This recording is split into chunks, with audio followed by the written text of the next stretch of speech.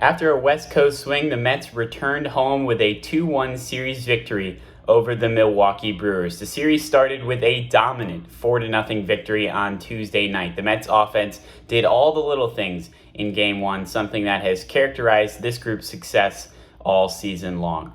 First, long at-bats. Nimmo opened the game with a double after 9 pitches. Infield hits, a double by McNeil, which barely left the infield. Sac flies, and timely hits from Alonso, who picked up his 58th and 59th RBIs of the season, which is good for second in all of baseball and best in the National League. The big story in this one was Chris Bassitt, who followed up his last start where he gave up 7 runs against the Padres to go 8 scoreless innings with 7 strikeouts on 109 pitches. What was so impressive was that he got stronger later in the game, striking out 4 of his last 7 batters and retiring the side in order in the 7th and 8th inning. Bassett talked postgame about his struggles and getting more comfortable working with Nito behind the plate. I was pitching out there for the last couple of weeks, and it was more frustrating, and the more and more I fought, the worse and worse I did. And so like I said, we just got back on the same page. Game 2 was just about the opposite of what Game 1 brought. After being shut out the night before, the Brewers' offense exploded for 10 runs against starter David Peterson and relievers Jake Reed and Trevor Williams. On the other side, Corbin Burnes handled the Mets' offense by striking out 8 batters and allowing just 2 runs over 6 innings. The Mets dodged a bullet in the 6th inning when Starling Marte was hit by a pitch on the right arm and was pulled afterwards. X-rays came back negative, however, and he's day-to-day with a bruised forearm. It follows the trend of Mets getting hit by pitches 45 times so far this season, which is first in all of baseball. They've been hit 279 times since 2019, which is also the most in that span. With the shutout win in Game 1 and the blowout loss in Game 2, the stage was set for the rubber match in Game 3 last night, and it did not disappoint. Fast forward to the 4th inning with the Mets up 1-0. Tylor Megill cruised through his first 3 innings, facing the minimum 9 hitters. Then, after a leadoff home run from Christian Yelich and 2 more Brewers reached base, Megill was pulled with right shoulder discomfort, a bad sign for a thin Mets pitching rotation already missing their 2 aces. Here's Megill after the game on his shoulder. Came about probably the Urias bat, and then threw McCutcheon, and then Pep came out in the first pitch.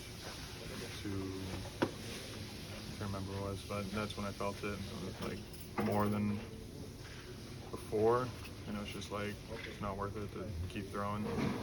Obviously, I mean, wanted to, but obviously I don't want it to blow up or anything.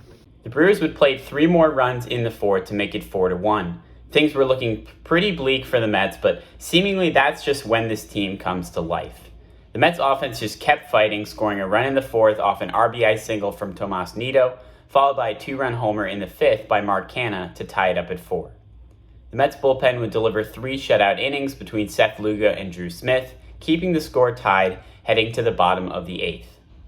Then came the bottom of the 8th, still tied at 4, when Nick Plummer did what the Mets do best. He put the ball in play to force the go-ahead run across and take the lead 5-4. Here's Plummer on his go-ahead fielder's choice.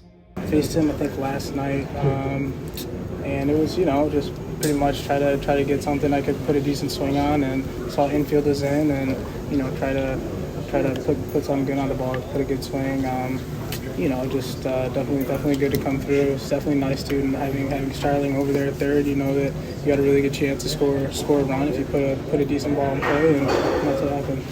The win certainly did not come that easy, as Edwin Diaz came on for the save in the 9th. Renfroe led off the inning with a single, and a weak flare to right field by Tyrone Taylor led Renfroe to try and score all the way from first base. Plummer delivered a relay throw to Alonso, who threw out Renfroe at the plate to keep the game tied. Diaz would then strike out Yelich to end it. Here's Edwin Diaz on the dramatic ending to the Mets win. And I get surprised, but we got lucky there. So because then I got to face Yelich with 1 out and 10 seconds, and the situation changed. So after 2 hours, I said this game is mine. So I just made my pitches. Do you think, given the rate at which you're striking guys out, that teams may treat you a little bit differently, may push the envelope a little bit if they have a chance with 1 out, when they maybe don't feel like they're going to get as many opportunities to put the ball in play? Yeah, maybe that's why they send that runner. they might not, they might think, no, the ball is in the outfield yet, but the ball was close to home plate, so Pete made a great throw, Nido made a great tag, and we got the out. I think that's why they sent the run, because my strikeout rate and everything. So, well, I gotta trust my tough. I trust my tough today, and I made the outs. This series win is even more important in context of the NL East, as the Braves hold a 14-game win streak heading into Friday. The Mets were able to extend their lead in the division to 4.5 games as they get ready for a 4-game set against the Marlins. The Braves' win streak and injury concerns remain with the Mets. Of course, you have McGill leaving the game last night. Escobar was a late scratch last night as well with a non-baseball injury, and Marte getting hurt in Game 2. However, they have just won their 15th series of the year and sit 19 games over 500, halfway through June. So there's reason to be optimistic for the New York Mets heading into the summer. With a series recap for WFUV Sports, I'm Sam Davis.